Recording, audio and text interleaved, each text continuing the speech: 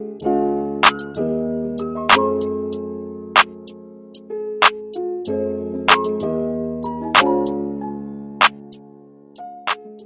right, today, ladies and gentlemen, we are here with Miss Marshae Brown.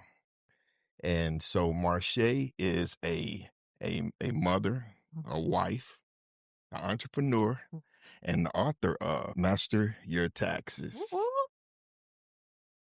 And so today, we're just going to have a conversation today about your journey, some of the things that you've gone through and things of that nature.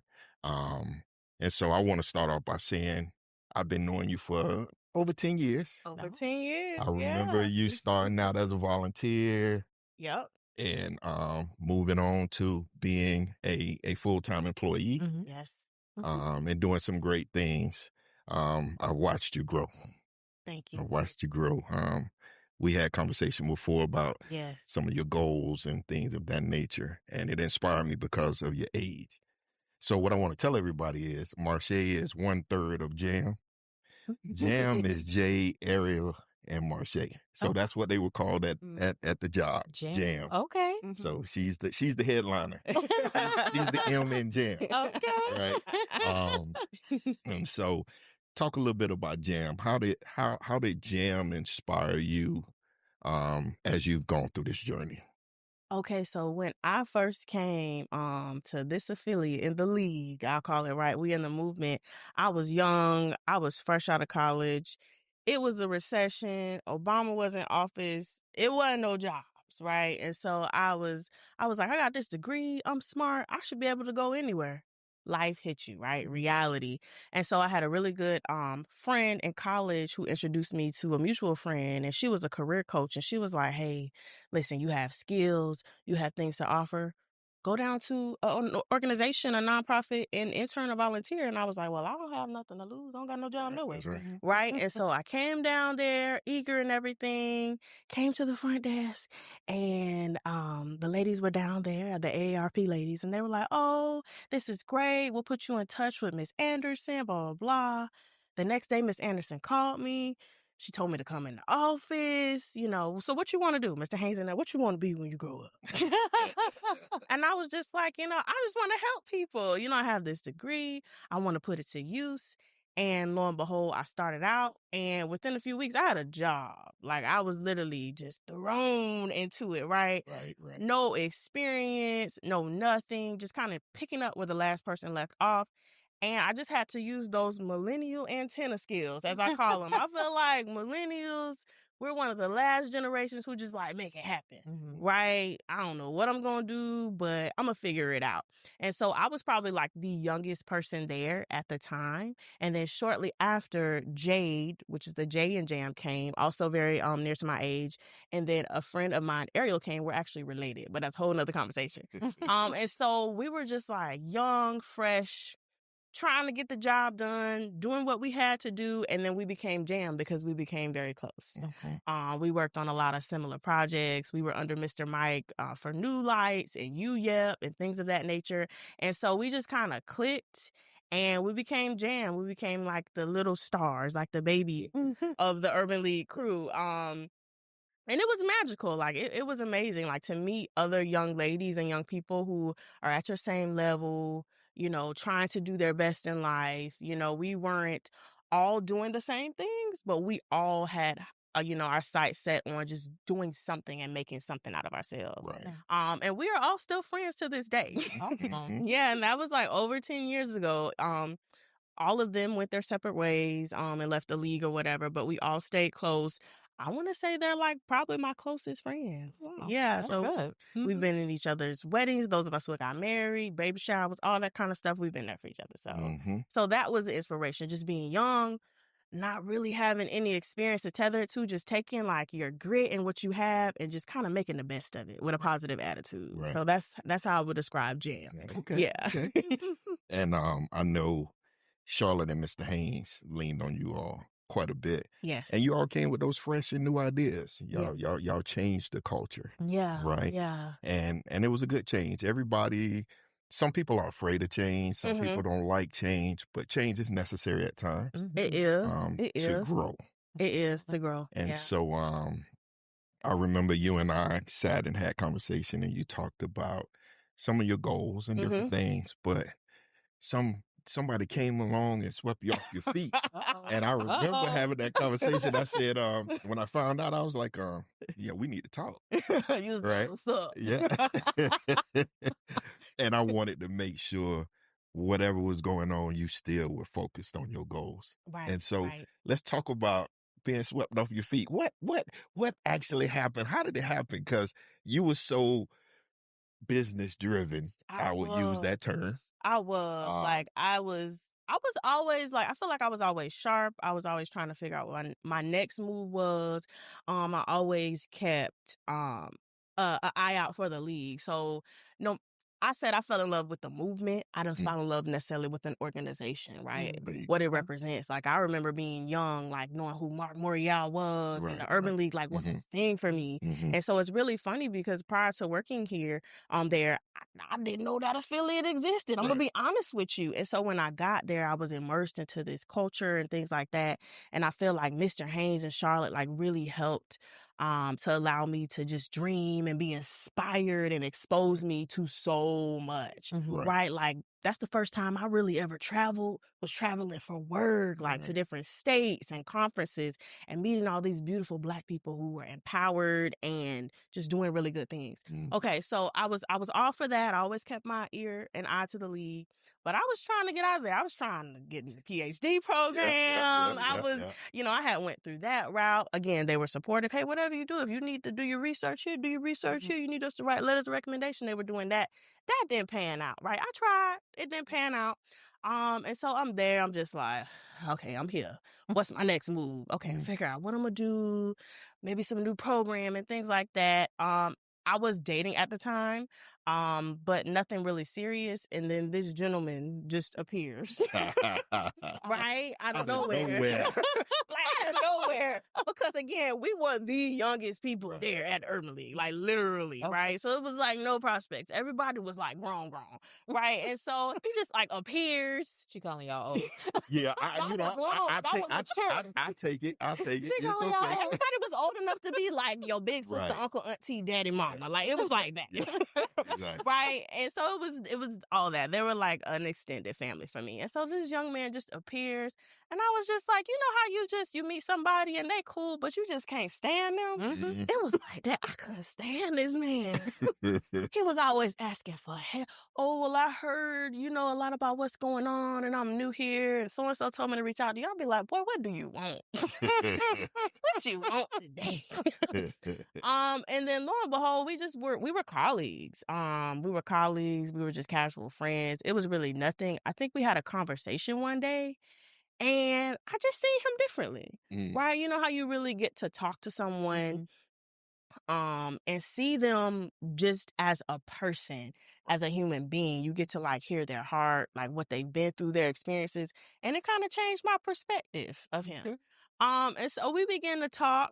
He may talk about this infamous text message. I don't know if he told you about it. That I sent him. I don't believe so. It wasn't anything risque. It was just a, hey, I see you as a person. I see you as a man. And I just hope that you see yourself as this way. It was in that respect. It wasn't like me like, what's up? It was just like, you know what? I just want you to know, if you can't see yourself this way, that I think you're a phenomenal person. You're doing great. And I'll see you. It was like that. Ever since then, we've probably been locked in. Okay. We've been locked in. That was probably around, I want to say like February of 2018. Yeah, because I think that was like the first date time. That was like the first date. We went on a date. Yeah, Valentine's was the first day. That was the first day. And then, and I know you and I had a conversation. You was like, huh? You going on to what? And we just kind of were really great together. I mean, he was a single dad, that was what it was. But that was one of the things that made me see him differently, like just being responsible. Like, because you just don't see a whole lot of young Black men who are so like involved in the lives of their kids. Correct. Right? Who were like putting their kids first. And so to me, that was a quality that I thought was admirable of him. Right. And so we dated or whatever. Started dating in February. We were engaged by September. We were married by November. Oh, wow. It was like that. Y'all been moving. It was like, okay. They weren't playing. I see. It was like that. Okay. And so that was in 2018. We're coming up on 7 years. So being swept off your feet, for me, I don't say I fell in love. I feel like I grew in love because I feel like I've grown to respect and to love him in a different way. Yes, Right. it's romantic and it's butterflies, and I still feel the same way I felt about him, if not more back then. Right. But it wasn't like, oh, I'm so blind. Right. Oh, I'm head over heels. I done hit my head. It wasn't like that. It was just like, wow, I see this person. I have these goals and aspirations for me. I feel like they have similar things. Maybe we can come together and do something better. So that's how I would describe it. Okay. Yeah. Awesome. So we had the marriage and everything. Next thing you know, you were pregnant. I was. Your first child? I was. That was the pandemic. That was hard, just for everyone, but especially like a nonprofit world. I mean, it was just like a whirlwind because you see doctors, you see nurses, they're essential workers, but are we essential workers? You know, we survive by grants and donations and things like that. But I would say around that time, I feel like the money kicked in more during the pandemic to Black nonprofit organizations than any other thing. And I felt really blessed that we had leadership that really spoke up for us and our necessity, you know, to the community. Things changed. I did have a baby in 2020. And you know what? I brought him to work. Sure did. Yeah. I did. Like, I did. He had a spot upstairs, upstairs jazz, where it's like the little suite and like the big office in the middle. Back there, I had a little area for him. He came to work with me a couple days a week for like a year. Oh, wow. Yeah, for like a year. He probably works better with adults than he do with kids. Just for that. But he was cool. It was him, me, Elmo, and his play area. His van would come in sometimes. The staff would see him. I did that. We ran it back again. Okay. A year later, 11 months and 30 days later, we had another one. I tried for a few months to bring 2, but that didn't work out. So we had to outsource the childcare. And then lastly, in 2023, I had my daughter, and so we're done. We're good. We're good on kids. You see, y'all good. We good. We got 3 children, 5 and under. Yeah. We're good on children.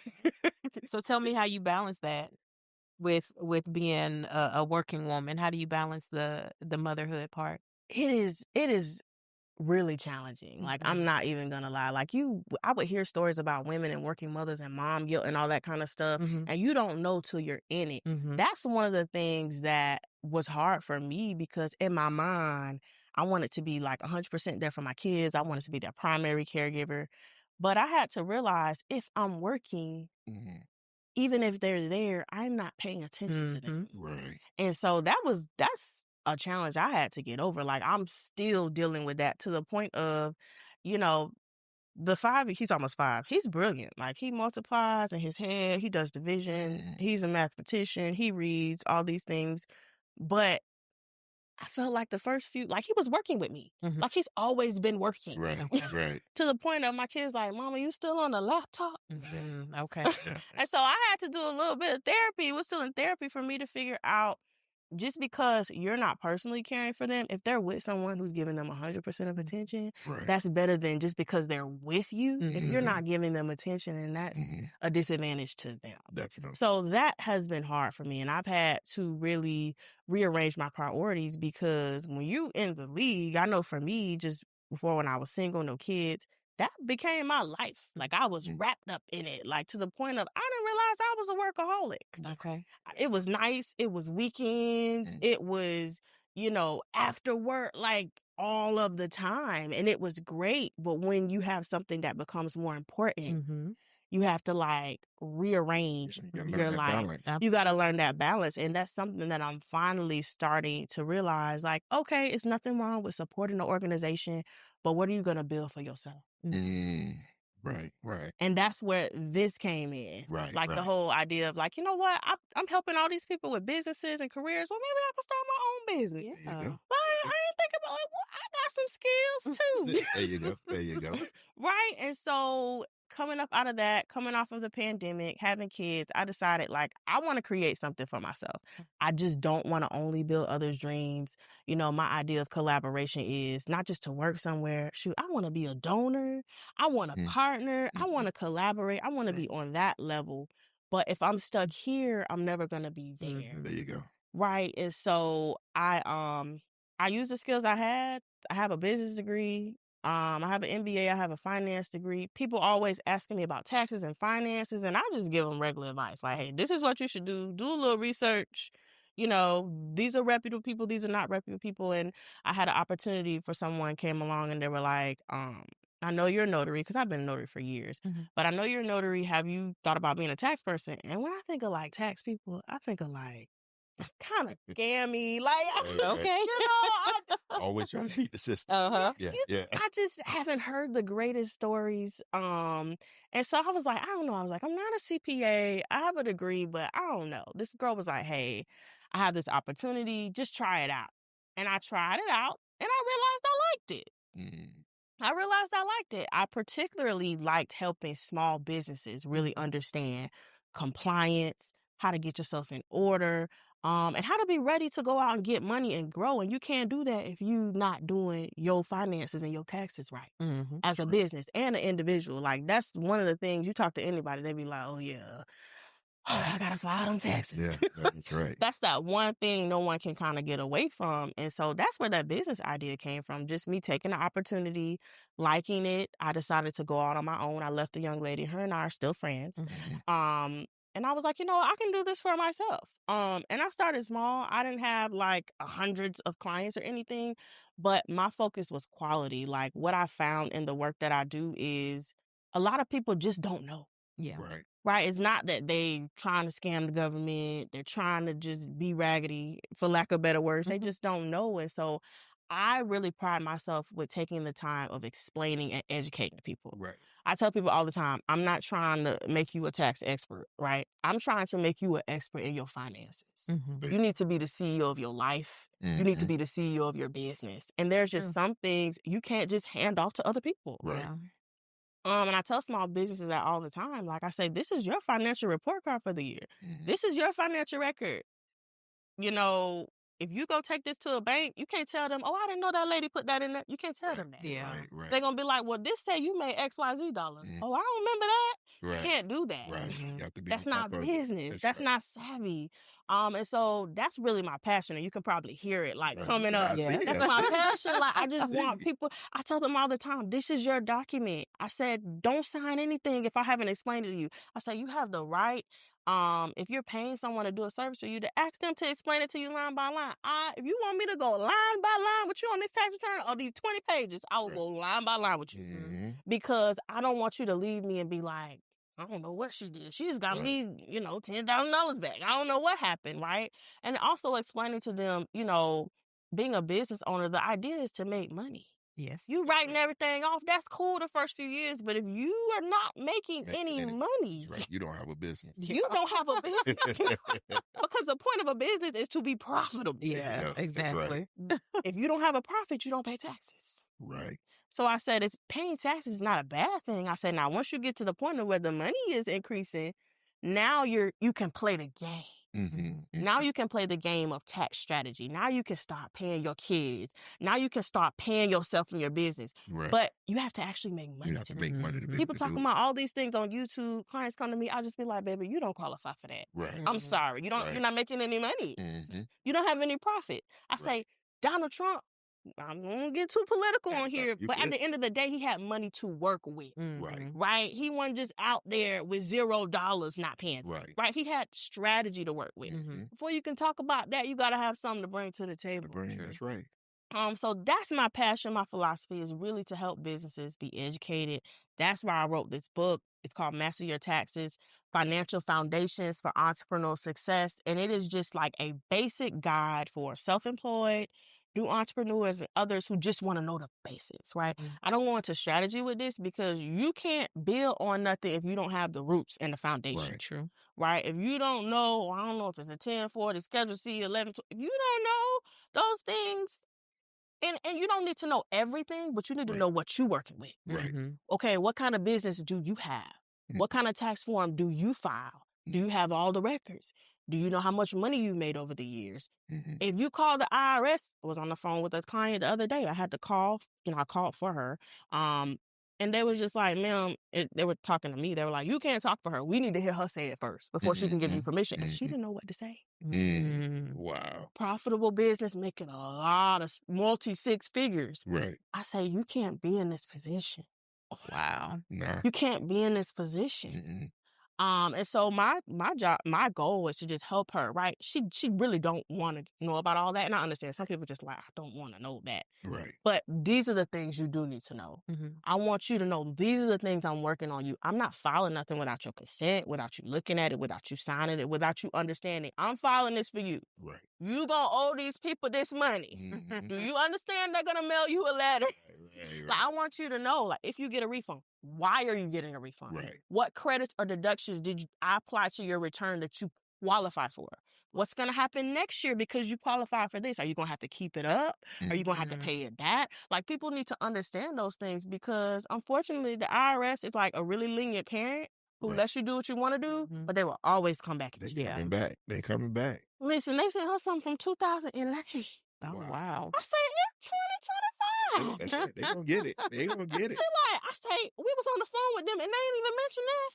They mentioned stuff from earlier last quarter, 2011. Yeah. Wow. Yeah. So that's how they are. That's my passion. Just educating you.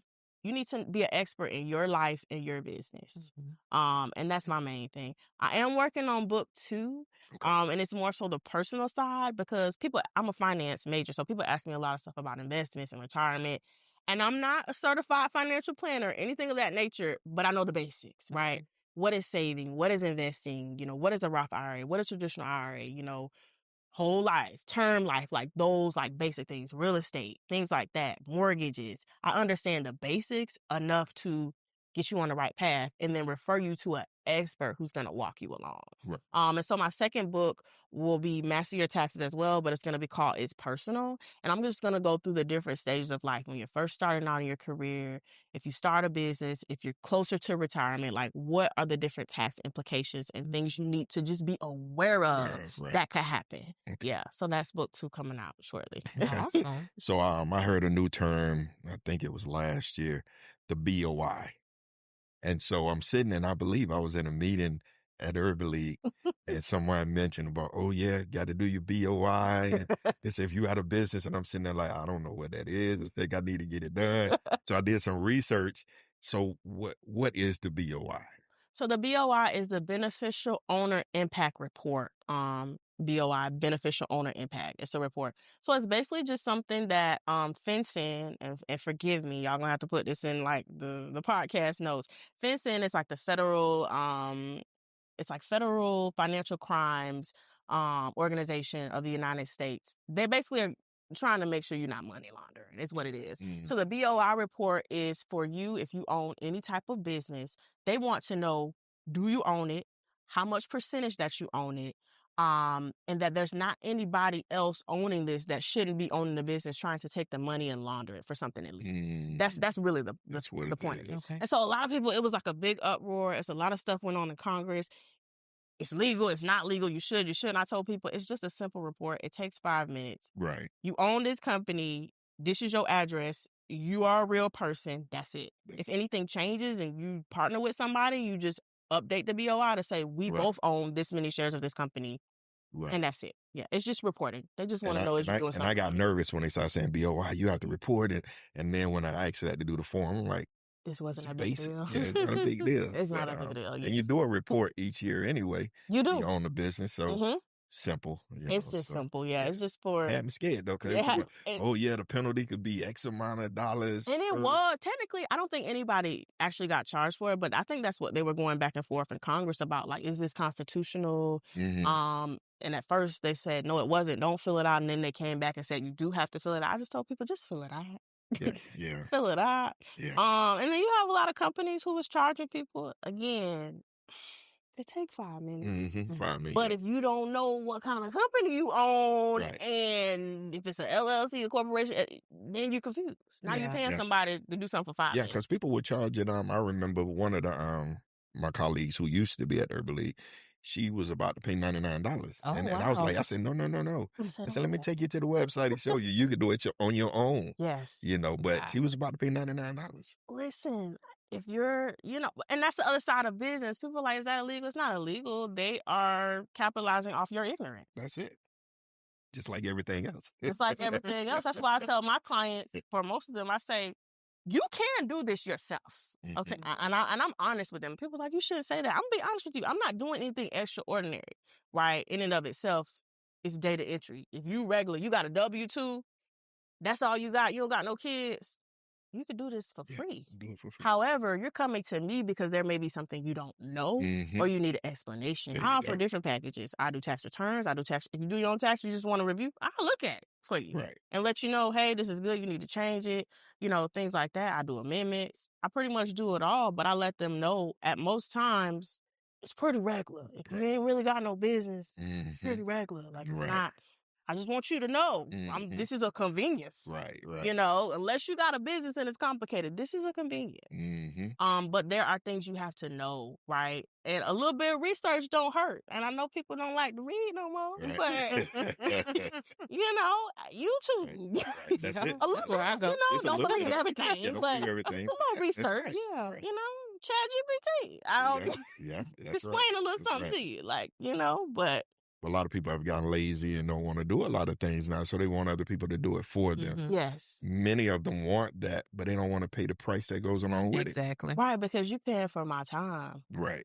At this point, especially if it's something very, very simple, I'd much rather walk you through it. But if you want to pay me to do it, you're going to have to pay the price. Yeah. That's it. If you go to Jackson Hewitt, it may seem cheap, but they charging you for every little form. Right. Please believe. Right. I was just telling Jazz the other day, I'm reading a book by Jeezy. Okay. And he was talking about, he was in the game and the guy he learned from, and the guy said, my price is my price. Meaning, I ain't got time for all that you talking about. This is how much it costs. This is what I need for you to pay me.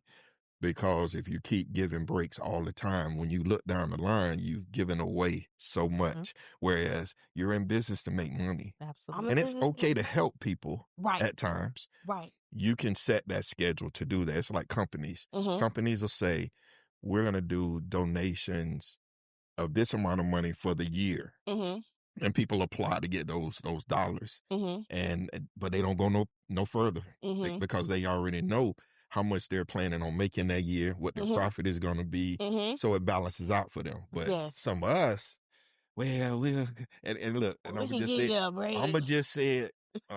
I'm guilty of some of that, just because of the type of person I am. Me too. But then I do understand where you're in business to make money. You are in business to make money, and and for me that was difficult at first too, because some people come with a sob story, and then you have your friends and family. And I tell my friends and family off the get, I don't charge friends and family, because if I charge you, I'm gonna have to charge. Right. So there's a time and a place. Now you're going to have to wait a little longer. Right. But, so I can give you my time, because I'm not going to shortchange you on the quality. Right. But, I just don't charge them because my price is my price, and you might get mad. But yeah, so like a lot of family members feel that you should give them a break because you're a family member. And you can have a family rate. It's okay. Yeah, you can have a friends and family rate, which I mostly do. Like a lot of times, especially if it's like older family members or whatever, I usually don't. And if they insist, I'm like, hey, I'll just give it to the kids. Like, you know what I'm saying? Or something like that. But usually if it's my friends and family who are like the real deal, they gonna pay me. Even if I give them a discount, like people like Jay, like I've done her taxes a few times. She's like, I'm finna pay you. Like, I'm not finna. Like, she's like, because I understand. Yeah. You know what I'm saying? And she's like, I don't expect that because you're a business. Right. And because I've worked with friends and family they've had services, and, when you get a discount, sometimes you get discounted service. Absolutely. That's right. You don't get the quality. You know what I'm saying? Like, I want to be treated like a paying customer. Absolutely. So I'm that person too. Like, no, what is your rate? Right. Because I'll treat me like a stranger that you don't know, that you're trying to impress. Like, that's how I roll. But yeah, we're in business to make money. I think your prices should be firm. I don't think they should be like pie in the sky. Again, as a business owner, do a little bit of research. You know, what are the prices for my industry? You know, what are my skills and quality? How much experience have I brought? And then you set your prices and then set them. Don't change them, set them. Right. If they're what they are and they increase, increase them. You know, write you a little thing for your business, say my prices have increased, to let people know. And that's what I tell my clients. Like, I'm not just pulling stuff out the sky. You can go on my website. It's the same price. Right. And something I've done for me personally is I just accept payment up front. Like, you know, I write you a letter of engagement. You know, it's never going to be, I said, is this, and it's another thing. You sign this letter. Right. We both agree. Right. I take my payment. Yeah. And I get your service done immediately because I took in your money. Yeah. Right? So that's how I roll. And I find it's a lot better because it's nothing like you got a deposit and people dragging their feet and you waiting on them and you trying to get the rest of your money. Right. So that's how I roll in business. But I mean, customer service is everything. Just making sure that the customer is pleased. Again, I try to explain everything to the best of my ability. Right. Every customer is not your customer. That's true. And a lot of times price will help you determine that. But everybody is not your person. If it's somebody that's extremely difficult that you don't want to work with, serve them and then let them go. Don't work with them anymore. You know what I mean? You didn't go into business to be broke, to be struggling, or to be irritated. Right. Like, Definitely. Very true. do that at work. Like, I'm not trying to be irritated. Right. Exactly. Well, I'm trying to make money. Like, yeah, I know everybody is not going to read the book in entirety or anything like that, but I just like clients who want to make the best decision and want to do better. And if they're just willing to learn a little bit, that's my type of client. Right, definitely. Yeah. Yeah, it's embedded in my head, and you're going to know what it is, the BL. Think about BL. Think about those two letters. BL. Think about at the job working with Anderson. And it was always used, which is bottom line. Yep. That's it. And you know, I used to hear her saying that all the time. I'm like, we got to do this and do that. But I understand overall, it is the bottom line. Because nonprofits are businesses too. That's right. Right? They're just in the business. They're not making a profit. They're supporting a mission, right? It's mission driven. But at the end of the day, we get grants, we get stuff. We got to make that work. Got to make it work. The bottom line means people going to get paid. We going to eat, you know, that kind of thing. And so everything is a business. I tell people all the time, I tell young people, your life is a business. You are the CEO of your business. Your personal finances, your home is a business. If you operating on a deficit, more money got to come in or less money got to go out. Yeah. You got to make those things work. And in this economy, unfortunately, downsizing probably is not the best thing. I don't know many people who can downsize without having a good quality of life. You have to figure out unique ways to bring in more revenue. That's right. You know, if you got to change jobs, whether you like something or not, you got to do what you got to do. If you got to ask for more, you got to do what you got to do. Do what you got to do. You know, if you got to protect your energy because you need to go get a side hustle, and you can't get that job 120, and you got to give it 85, you got to do what you got to do. What you got to do. Because this is your life. Yeah. Definitely. You can't go to that job and be like, I wasted my life and I gave you everything and now I have nothing in return, or a grant ended and now I'm not employed. Right. That's right. Or, you know, they had to do cuts for whatever reason, you know. It's nothing, that's not their problem. That's right. It wasn't on purpose. Yeah. That's right. It wasn't personal. You know, you are a part of a mission. You were not the mission. Right. Right? And that's something that I had to learn with balance too, taking ownership of me. You can't take ownership of organization or anything else that you have not created. That's why I created something for myself There you go. that I can completely control no matter what. That's right. And everything else can just be overflow. Overflow. That's right. Yeah. Yeah. So shout out to you, Charlotte. Yeah. You inspired me, you know, so I do understand some things. And sometimes it takes a little longer because we're so consumed with so many other things that are going on in life that we don't pay attention. And so I always have to take it back here. We talk about the bottom line. It's the same thing with our relationship with Christ. Yes, yes. The bottom line is, what about your soul, right? That's right. No matter what else is going on around you. That's right. What about your soul? That's the bottom line. You got to keep that relationship because, I mean, things come and go. That's the constant thing. If that's your faith, if it's built on him, if he's the solid rock of your life, okay, storms come. That's right. People come and go. People that you thought was going to be around for a long time. You know, that's got to be your bottom line. It's a lot of going on with mental health, and people are hopeless and things like that. They don't really they're not anchored to anything. There you go. Right? I mean, at the end of the day, and I can say this, God forbid anything happen to my family or marriage or whatever, I know I'm going to be all right. Right. You know what I'm saying? Because I'm anchored. Yeah. There you go. Right? I can weather anything. I can't say how I'm going to weather it, but I have enough faith to know I'm going to be okay. Right. No matter what. That's right. Yeah. That's that faith. That's having faith. Yeah. And that all circles back to, I appreciate how you're setting the foundation for your family. Yes. So now your young people will be equipped. Yes.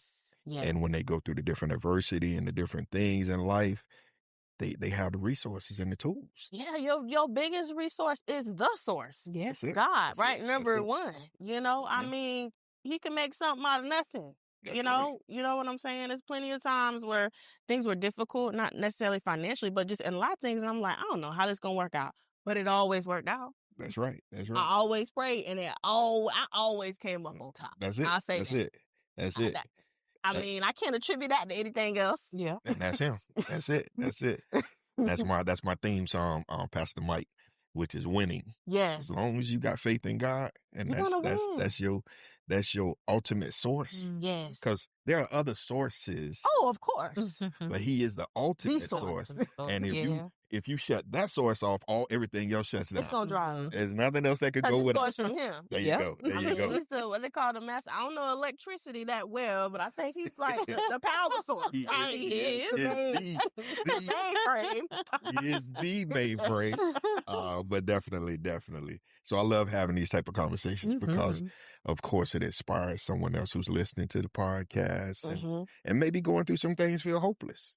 Yeah, hopeless is a bad place to be, because if you don't got hope, I mean, you feel like it's over. Like, people are, sorry to mention on here, people get suicidal because there is no other way. They feel hopeless. Hopeless, that's right. Right? But you don't have to be hopeless, because sometimes when things are nothing, that's a chance for things to start over. Right? I know a lot of people are like scared. They don't want things to end. I mean, sometimes you have to start over. That's right. And that's hard, but I'd rather start over than to be in a situation I don't want to be in. I might not want to, but right. But it may be necessary. It may be necessary. You might become the person you never thought you'd be. And that makes us resilient people. It does. We know what to do. Yeah, we know what we need to do. You know what I mean? So like Tab said, if you can't have a good day, don't mess up nobody else. Don't mess up nobody else. That's right. Definitely.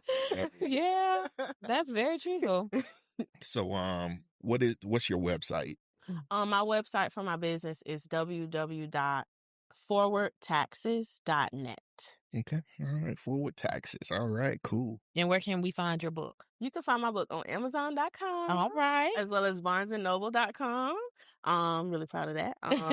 Yeah, easily available. You order it, it'll get shipped in 2 days. Awesome. Cool. I need to get your autograph in my book. Okay. You know what I'm saying? When you get on up there and start making that real big money, you be like, it on eBay or something. Like, look, I got it. That's right. But no, I appreciate you coming on the podcast. Thank you so much for having me. I really valuable information Absolutely. share today. Yeah. Thank you so much. Thank you so much. All right. Thank Forward you. Taxes.